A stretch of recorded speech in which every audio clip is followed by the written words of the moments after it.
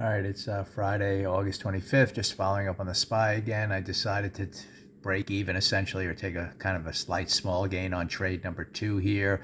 Bought some puts. I scaled out here to set up an overtrade trade, and on this big push up, I just had to exit. So I bought the puts at 4.99, scaled out at 5.50 to set up an overtrade trade, about 50 cents higher.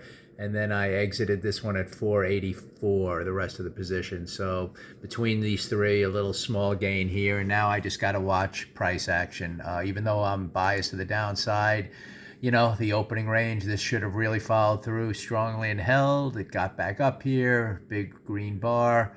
I don't really want to play the upside. I think we're in choppy mode inside this big red bar from yesterday.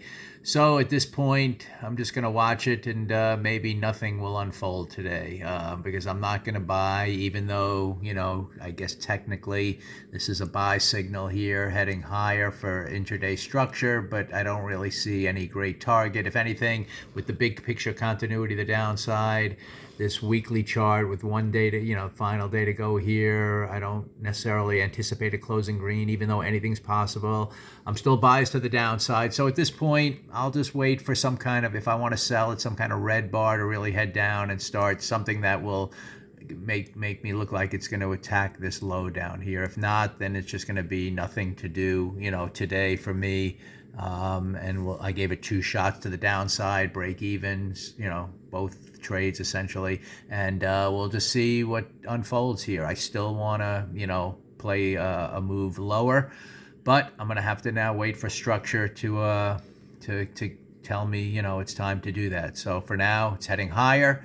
And for who knows, for all I know, this may head up nicely in 2 pushes up into this range in some form, and it's going to be a difficult day to trade. So actually, in hindsight, this was a red bar here, 3 bar. That's kind of broadening action to the downside.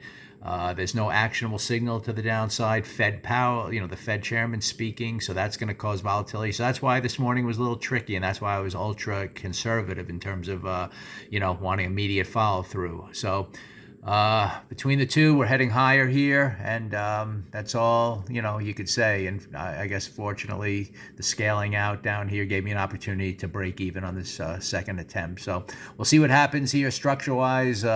Maybe I'll do a morning update or an end of the, obviously an end of the day recap. But for now, we're certainly heading higher intraday, and that's the structure until we kind of take out the midpoint of this bar down here now.